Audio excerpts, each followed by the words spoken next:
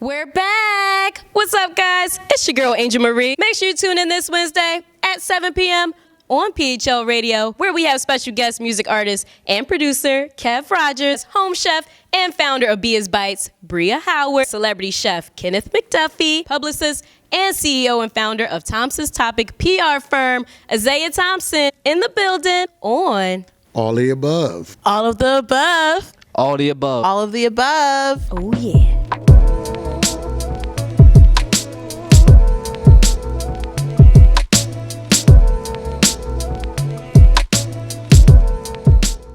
The Goddess Highlights campaign really is a resource tool and an initiative for entrepreneurs, creatives, business owners, people in the media to know that you can work on your own pace and not society's. So really that underlining of making sure that you're normalizing, protecting your energy so you can give all that you got to your business. Mm-hmm.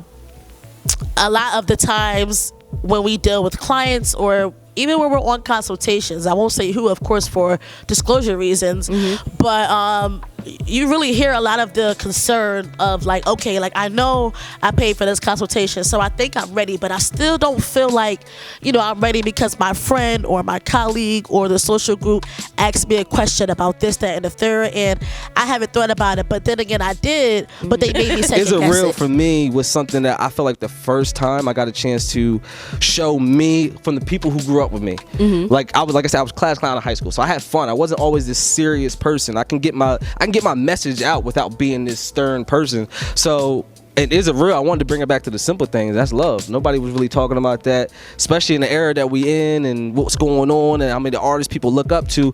You don't have those guys that's at our age going like, you know what, let me take it back real quick. Let me go here and do some dancing in the video, because my brothers and them was inspired by Bobby Brown, and we grew up in that time, and New Jack Swing era is crazy. So I was like, yo, I'm not gonna act like that's not a part of what we are. I'm not gonna act too cool for school. So I wanted to bring that up and do that, and then I had my hair like them and everything like that. Like I had to go through so much different stuff, but it was fun. Probably one of the funnest video shoots I got a chance to do, and it ended up being my first time getting a chance to have my video played on TV. So I was blessed with that. It was a cultivation of recipes that I frequented and I use a lot. I've thought about recipes that people would like to come back to, and things that work for not just special occasions but just like on your everyday. The one thing I wanted to create with the cookbook, which I feel like is a lot different from either like recipes that are online or on different cookbooks, is they skip all the steps in between. And what I mean by that is like they'll say like, oh, like Juliana a carrot, and it's like if you don't know what that means or know how to do that, then now you're steps behind, right? And so I wanted to be that person to either create the recipe but then also close the gap between the details of how to create it.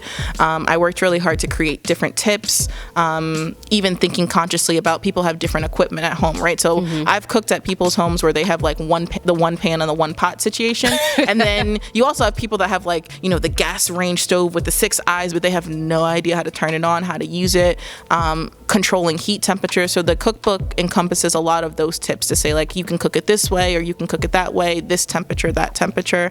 I had a couple sauces in there, things that were universal that people could use on different things. So like maybe you want to put it on something that's maybe vegetarian or a non-meat or something like that. So that's kind of how the cookbook kind of came about. We actually filmed this show. So guys out there, guys and girls who are out there listening, we actually filmed this show last year. Wow. So this already pre-taped, and the show was supposed to came out early 2020, and since COVID hit and everything was shutting down and we didn't know what was going on, our release date got pushed back like about a couple of times. I can say about 4 times. Wow. So now, like, we supposed to came out actually this month, and we got pushed back.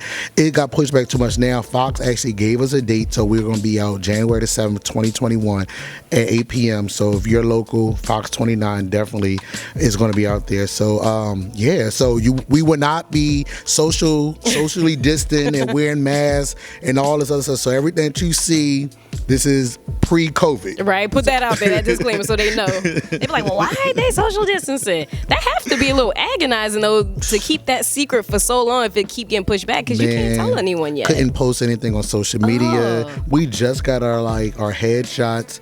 The promos, like if y'all go on my social media or Hell's Kitchen social media, y'all will see me in a lot of the promos. It was actually a promo they had put out way before we even knew that we had a date, and someone said, hey, are you gonna be on Hell's Kitchen? I said, huh? And it was like, I just seen you in a Fox promo. Now I seen the promo when they was promoting the new fall and winter shows.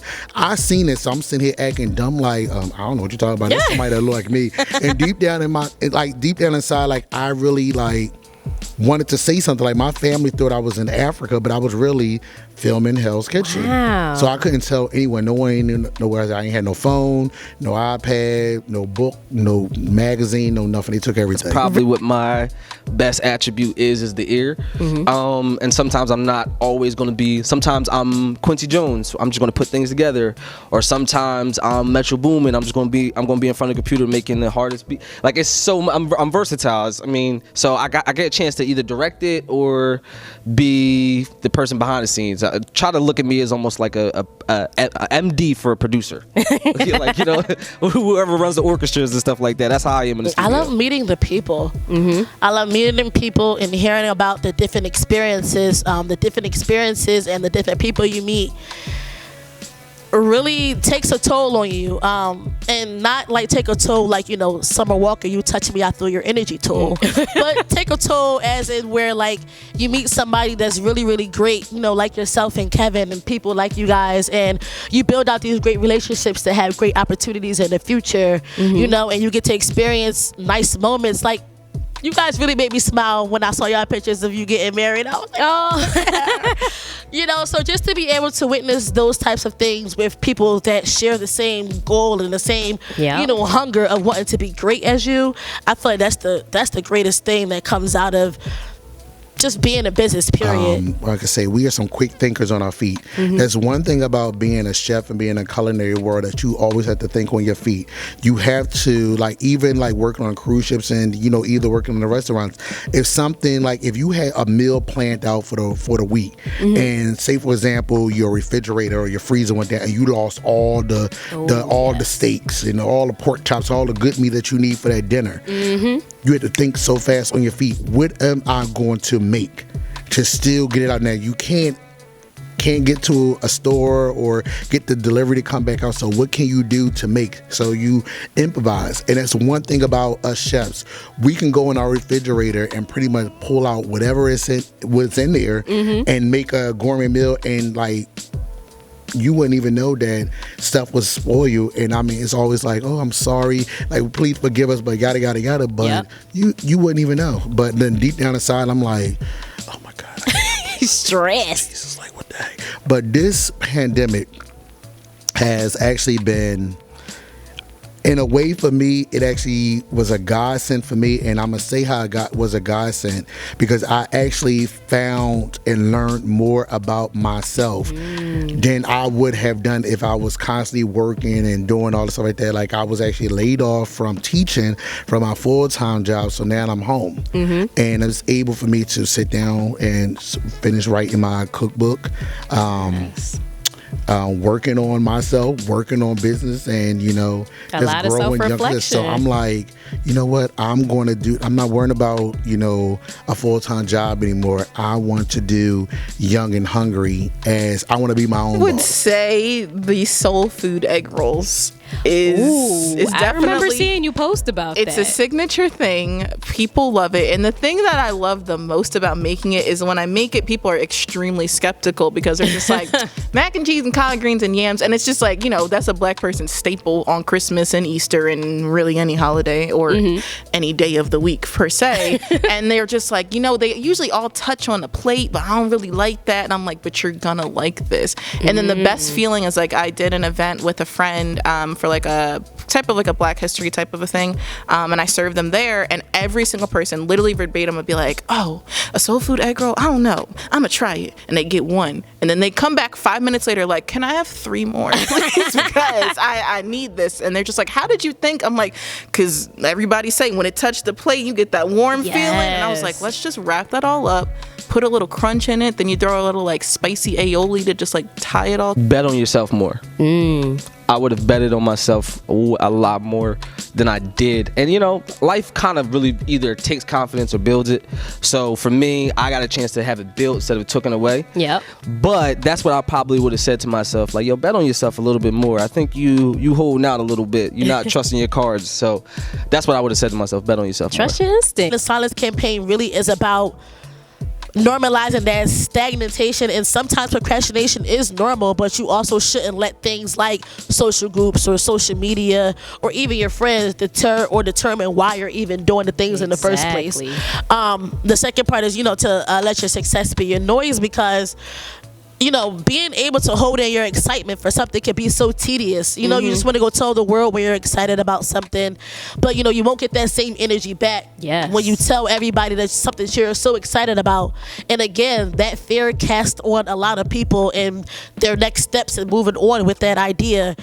So just really grinding and making sure all 4 of your corners are secured, letting that success, like if you have an idea to start a shoe line, I know it is cool, making sure that you share that idea or that creativity with the right set of people. I think definitely being able to carry something that my parents gave me, so being able to learn from my dad, like even now it's like we were always extremely close, but it's brought us even closer. Every day I'm calling him and I'm like, "Oh, I saw this recipe," or he's asking me about this and the third, and like he be stealing some of my recipes. I ain't even gonna hold you, but we ain't gonna talk put him about on blast on the radio. I mean, I'm just saying he knows I love him, but just seeing the joy of people eating your food, like it's just, like I said, it's a staple of all good things and good feelings, and being able to bring that, like when people eat it in that bite and they go silent and they start humming like Jill Scott, and then they start talking again, you're like, wow, like I was able to create that for them, and that's just, it's been the most fulfilling thing there, just to know that. And a lot of times when I create recipes, I have to go back and write them down, because I'm usually I'm cooking off of vibes, like right. Because you said that plenty of times. You don't measure. You just it's the feeling. I really don't measure. I was talking to my brother like earlier today, and I was at his house a couple weeks ago in Maryland, and I made him some tacos for dinner. But I did this like type of like Mexican like braised chicken, and he keeps asking me for the recipe, and he's like, "You need to give it to me so I can make it again." I'm like, "I don't know what." Memorable celebrity was Jennifer Lewis. Ooh, I did Auntie her, Jennifer. yes, I did her book signing when she was here in Philly a couple of years back, and I asked her. I was like so nervous. I was so nervous. I didn't know. Like when I got around. I didn't know what to do. I was trying to keep my composure, and like rather than me asking like her a question in private, like, "Hey, how's it been in Hollywood?" and this and the third. My question was, "Are you gonna sign everybody book?" And she looked at me like, "What? What do you mean I'm going to sign everybody book? This a mother effing book signing, isn't it?" And I said, she said, "Baby, I'm crazy and bipolar. I got to cuss you out." But it was so funny. But I mean, and I waited till she signed everybody book. And I waited to the last person got their book signed. I got in line and she said, "Get over here." So I've been working on a couple of live performances with my team. We just did a lot of different good stuff lately. So I'm going to be busy. Expect some virtual performances from Kev Rogers coming. Can't give you a time frame, but just know it's coming. Because I really love being on that stage. That's probably one of my favorite things to do. So I'm definitely going to try to give something special. We're working on it. So that's the first thing I would focus on. And then, like I said, by the time then, enjoy y'all Christmas. But 2021, Kev Rogers would be. Invite yourself to go to different spaces. Go to different grocery stores in your neighborhood. So I like to travel to, I go to a lot of Asian markets, Indian markets, and just walk around. Just walk around and look at the food. Look at the different, because you'll literally come across things that maybe you don't see in your regular grocery store. It could be a different meat, a different vegetable, a different spice, a different tea. Talk to the people in the store. See what they got in their basket. I've done that plenty of times. It's just been like, "What's in your basket?" task? And they'll be like, oh, it's this. I'm like, oh, I'll take this home. I research it. But then, then I've expanded my palette a little bit and expanded, what I'm able to do. So just always invite yourself to learn. Always invite yourself to talk to different people. Talk to people with different types of businesses too, right? So business models are pretty similar in different spaces, even though they're different items. And so you can learn a lot, just from your peers. So I guess overall, don't be afraid to keep educating yourself. So that's a great question, because I don't want to pinpoint on something that I do best, because every client is different. Every customer or client, because not every person that comes to you become a client. Sometimes somebody comes to you and they only need one thing, and that's not really a client. Right. It's a one and done.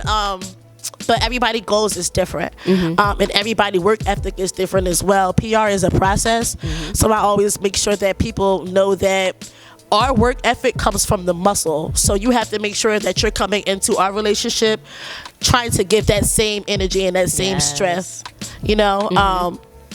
so just really making sure that everybody is armed with the same goals and we're all trying to eat at the same table. Some orders. So I have about 10 people that I took orders from.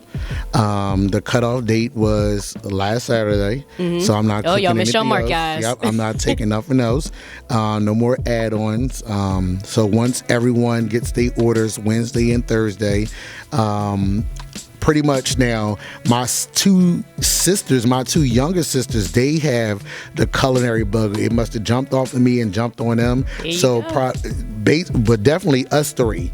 Wednesdays at 7, Angel, Marie, and Kevin playing the illest records, bringing us back together. Philly is all season, storming through any weather, leaving the track bleeding. Way we pull it together, we applying my pressure. I am your new professor, teaching this whole semester. Pay attention to lessons. I like a chili pepper fresh out of Louisiana. It's all the above, best believe we do it better. I want the fame, the fortune, all the above. I want the checks, the moolah, all the above.